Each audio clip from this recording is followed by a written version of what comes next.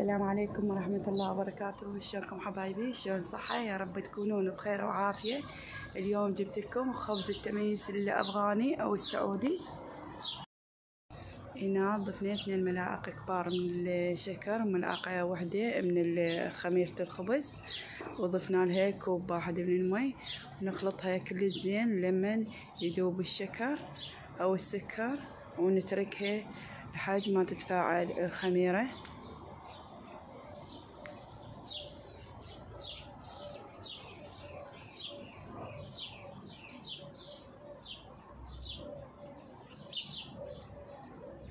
نغطيها ونتركها. شوفوا الخميرة بيها تفاعل ولا. هنا عندنا 4 أكواب من الطحين، كوب القياس أو أي كوب عندك، وهنا عندنا حليب 2 ملاعق، وعندنا ملعقة واحدة من الملح. نخلط المكونات الجافة أول مرة.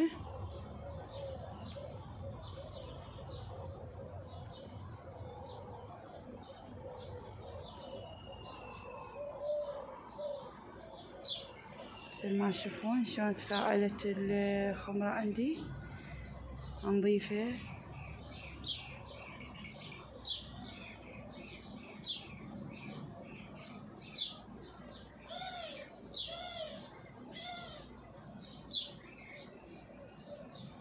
نبدين أجنبي اليد.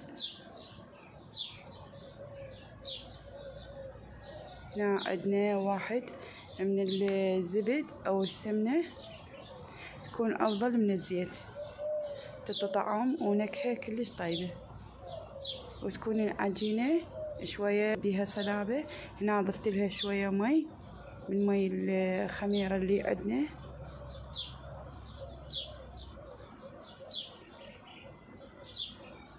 كملت العجينة ونتركها ربع ساعة لحد ما يتضاعف حجمها.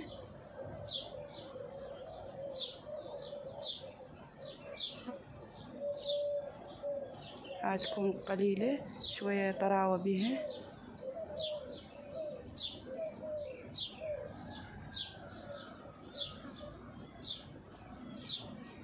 ضاعف حجم العجينة مثل ما تشوفون.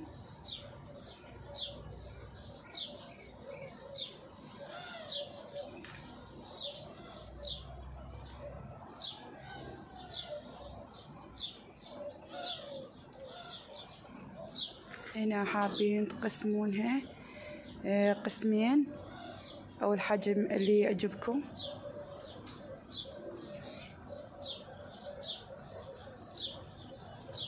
نترك القسم الثاني نغطيه.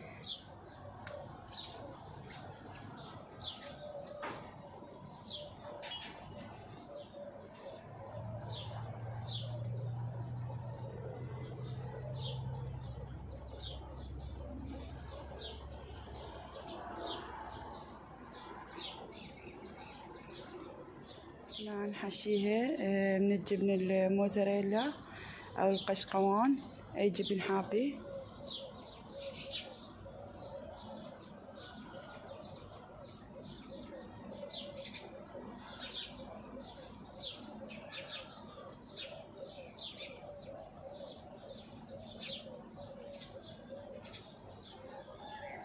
نقفل العجينة بهالشكل هذا حتى لما ندخلها الفرن ما تفتح عندنا ويصير الجبن.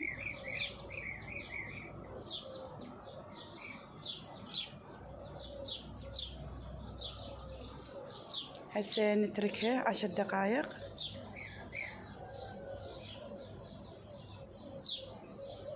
ونبلش بالقسم الثاني.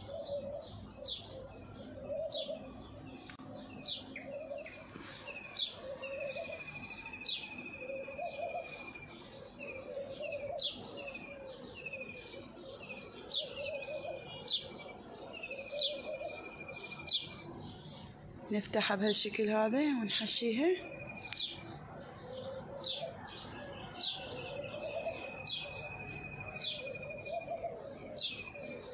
أي جبن حابي تضيفوه حسب اختياركم. هنا عندي جبن الموزاريلا برشته استخدمته.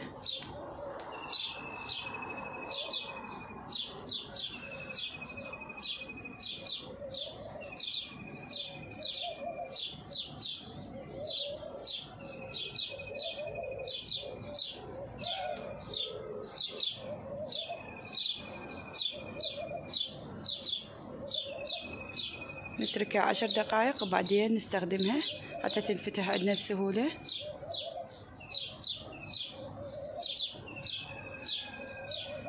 هنا بدينا بالقسم الأول. العجينة الأولى ارتاحت شوية، حنبدي نفتحها على شكل دائرة.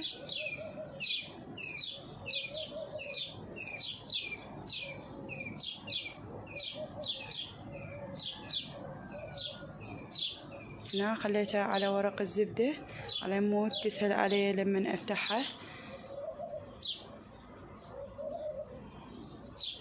وما يتخرب شكلها لما افتحها واكمل واشيلها هتبقى دائرة نفسها.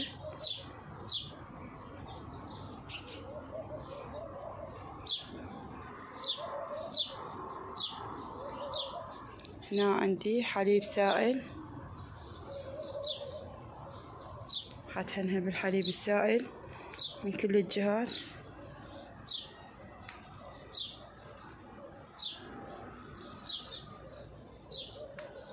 هنا بدينا نثقب بيها من كل الجوانب نمود حتى ما ترتفع لما ندخلها الفرن.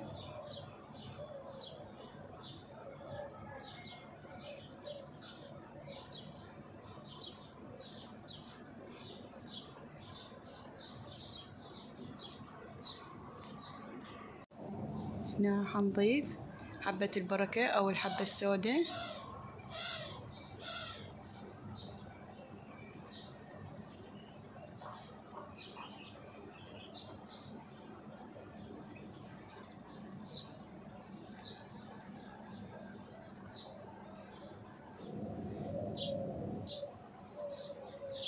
حنحطها بالصينية ونحمي الفرن مسبقا على درجة عالية. حنبدي نشكل الثانية من العجينة. لما ارتاحت نفتحها بهالشكل هذا بالإيد أو بالشوبك.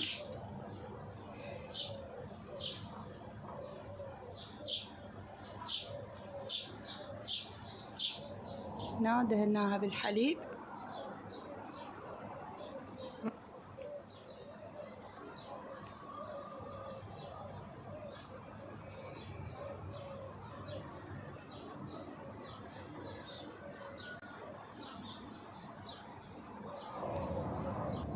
بدينا هم نثقب بيها.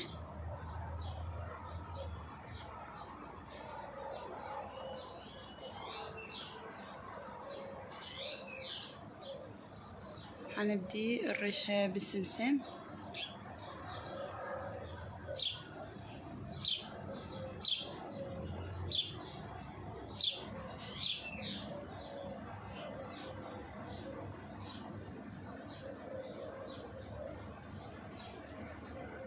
هنا حطيناها بصينية الفرن.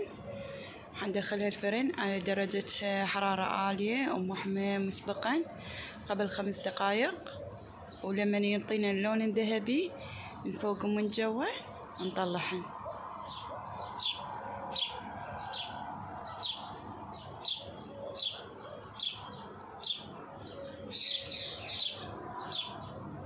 مثل ما تشوفون طون اللون الذهبي.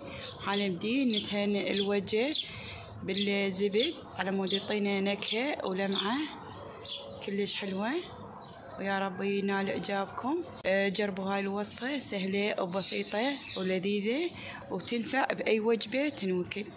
شكرا لكم ولمتابعتكم ومشاهدتكم، مع ألف سلامة. ضيفوا لايك واشتراك، فعلوا جرس الإشعارات حتى يوصلكم كل ما هو جديد ومفيد.